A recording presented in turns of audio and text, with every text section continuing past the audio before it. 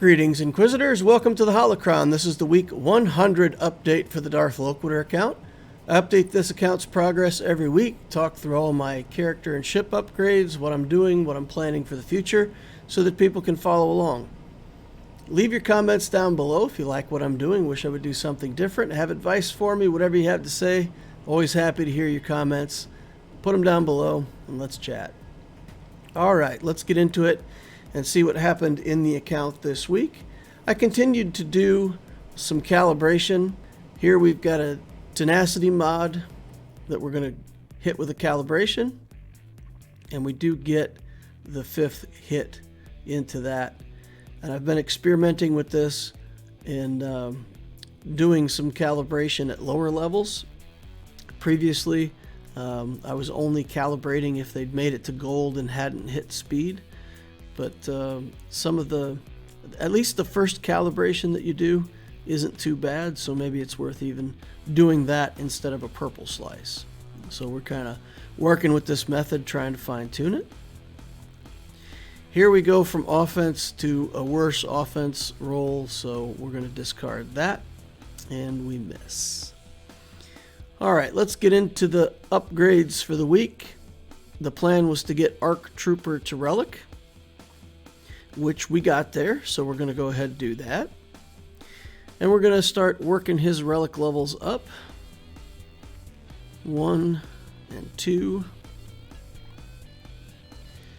Relic 3. Alright. And actually, we're going to take a look at the scavenger here, work on some carbonite circuit boards, see if we can get more of these materials. And then we're going to leave the ARC Trooper at Relic 3 for the moment, because we got an interesting surprise. When I was looking at my upgrades for the week, I went to the Profundity Journey, and Cassian was ready to go. So we're going to get 2 relics in the same week, sort of unexpectedly. I've been working on a bunch of characters that require furnaces and HoloLenses, and Cassian's gear just had built up, and over time I had the pieces that he needed, so I get a 2-for-1 relic this week. That actually brings me to 5 relics in 5 weeks on this account. I don't know which is more surprising, the fact that I've managed to relic 5 characters in 5 weeks, or that I've actually managed to keep up with the amount of signal data and materials that I need to actually make these characters functional. So we had to go check and make sure Cassian needs to go to Relic 8. I'm pretty sure that's the case, but I don't want to make any mistakes here. We got to go in and scavenge some materials for these impulse detectors. We'll go ahead and get those into the account, and then I'm about to click this button, but then I start to think to myself, you know, that Sith Eternal Emperor, I keep talking about putting him at Relic 8. He needs to go to Relic 8 sooner or later. It would make it better. He could get more done on offense in GAC. So I'm looking at it, and I really want to click this amplify button.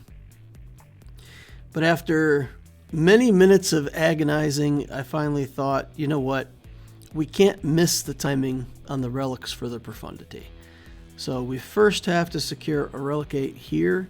These materials aren't that easy to get on this account, so we're going to we're going to focus on the Profundity Journey, and if we get the C to Relic 8, we'll have to get that once we have Radis ready to go. Alright, working on Hera.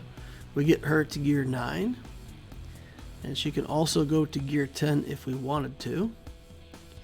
Take a look at some of these other characters. Jyn Erso can upgrade to gear 12, so we're going to go ahead and take her to 11 and then to 12. And now that took away the materials for Hera, but we've got 2 more relic targets now ready to go. If we look at Dash Rendar, surprisingly, I figured he needed a Carbonti, but he actually needs the stun gun part of that.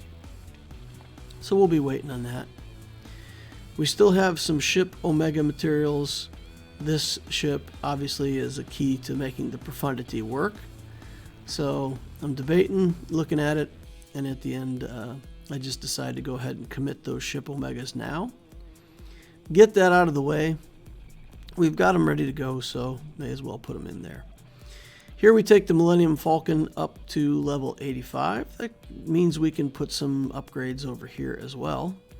And we're going to burn through the rest of our ship Omegas on the Millennium Falcon. Again, preparing for the future, but also making it so that our Rebel fleet is functional right now. That way, if we make it back to Kyber after this season of 3v3, we'll be in better shape with our Rebel fleet. So we put all the resources that we have to spare into those ships. Alright, here we're going to activate Carthonasi. We'll just put some stars on him, get him started, make it easier to farm him. Ray gets another star. Unlock Wicket. We've had Wicket with let's say 6 stars worth of stuff, and we've never unlocked him, so go ahead and do that. Working on seeing if we can get some upgrades to other characters to get shards. And then I go in here and I work for a long time with the new mod system. So what I'm trying to do is I'm trying to find really efficient ways to just click through these upgrades. But since I leave a bunch of my mods at 12 when I work on them, it puts me in a position where I don't have an easy way to flip through the mods. And I may have to start taking my decent mods all the way up to level 15 so that I can just sort mods that are below level 15 instead of sorting mods that, for example, do or don't have all the substats revealed. So that could be quite an expensive change for my account. I have an inventory of probably about 100 to 150 good mods that aren't on a character that aren't level 15, and that's about 300,000 each. So it could be 30 million to take all those mods up to 15. So again, I'll have to mess around with that and see if that's really the right thing to do to get this new mod quality of life feature working like I want it to. But probably, I fast forwarded through there, but I probably spent about an hour just trying to make the system work in the right way for me. If any of y'all have figured out a fantastic way to just cruise through there and do your mod upgrades, let me know. I'm interested to hear how you do your filters. Alright, week 100 takes us up to 4.91 million galactic power. We only added 30k, even though we reliced 2 characters, which kind of surprised me, but there it is. We didn't build any ships. That's the big thing. We didn't make too much progress on ships to give us a whole bunch of GP. Relics, we now have 49. We jumped from 47 to 49 relics, 62 Zetas. JMK is still in the top 10. Executor still in the top 5. And Mon Mothma is the target for week 102. I feel like that's going to be a pretty tough target to meet, but we should be okay. We should be able to gather up those materials for Mon Mothma. So we'll try to take a 2-week cycle there. And then if things work out like they've been working out, maybe, who knows, maybe I'll get another relic the week after that. So we'll keep trying to push for these fast relic cycles. Next week's farming plan, still farming Radis twice a day, Scion, First Order Stormtrooper, Hux, and Ray. Working on Biston's U-Wing, Outrider, and Echelon and Fleet. Cantina, we're working on L3. Almost got her done. I think we need like 20 more shards for L3, and then we can move on to the next of many more Cantina characters that we have yet to farm. Mods, we're still working on the 6-dot slicing materials, but this is going to be the last week. I'll be splitting back to, part mods, part slicing materials. I'm going to try a split this next week of 5 days farming mods, 2 days farming slicing materials. See how that works out for me at the end of the week. Refresh strategy, I am doing all the energy types 3 times a day, including Cantina. And that's been critical for me to try to keep up with the signal data needs. In Squad Arena, we're back to buying gear and prestige a couple times a week, maybe 3. We're good on prestige for right now. We got plenty for the profundity. We'll need more eventually because we still have levels to put on the Executor as well. So we'll try to keep a good bank of prestige so we don't ever run out. In the fleet store, we're still working on buying Biston's U-Wing. And then basically in the fleet store right now in the Loquitur account, I'm buying everything that I don't already have. So finishing off all the ships and characters that I don't have, and we'll close out the fleet shop here pretty soon. Everything else is going to feed the shard shop and those Gear 13 cycles. Surprise, Cassian. So yeah, I really didn't see it coming.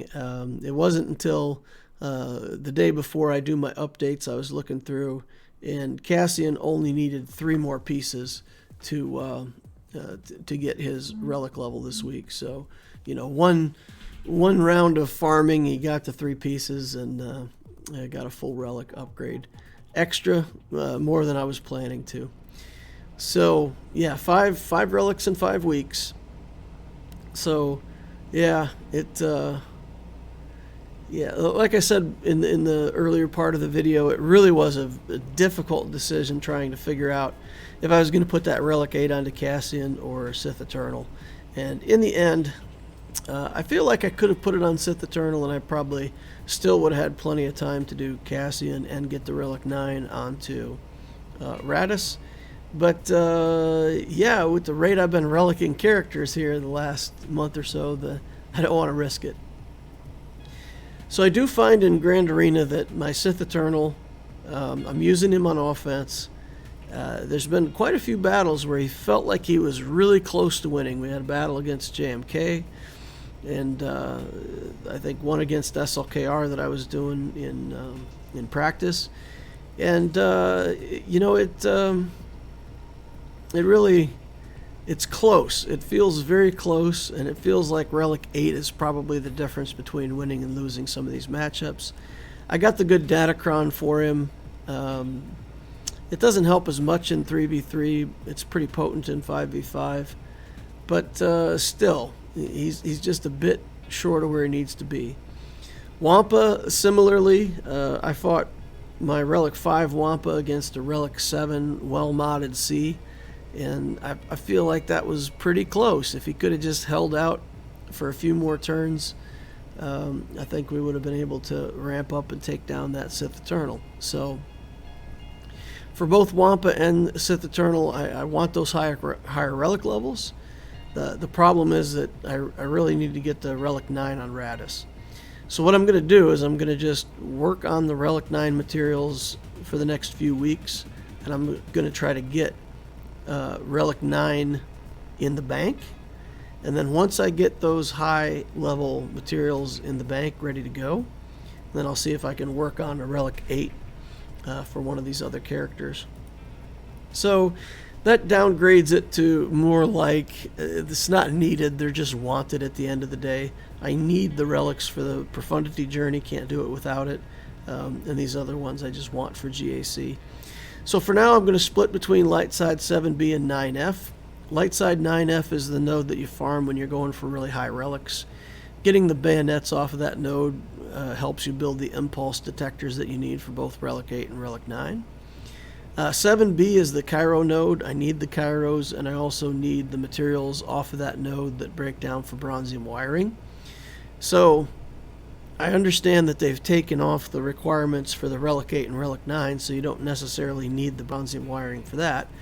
But I still have, 6 other characters to relic on the Profundity journey, and they need all kinds of bronzium wiring.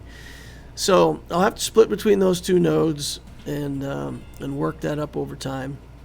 I did this on my main account when I was working on the high relics for Lord Vader. The high relic stuff really takes a lot of resources in terms of energy, in terms of signal data, gear that you break up at the scavenger, It's pretty intensive. It's doable, but you kind of have to split your farming between these two nodes to manage your current builds, plus add those relic levels on. All right. Meanwhile, we can still work on Wampa and get Wampa to Relic 7, so that may be an easier target in the short term.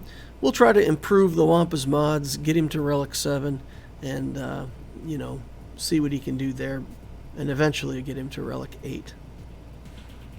Alright, that's going to wrap up the account update for this week. 2 relics in the same week, pretty fantastic. Remember to hit that like button on the way out if you didn't hit it on the way in. Comment down below if you got anything to say about any of this update. And remember to subscribe if you want to see more like this in the future. And there's a link down below in the description to the Discord. We've got a really fantastic Discord, a lot of cool people over there.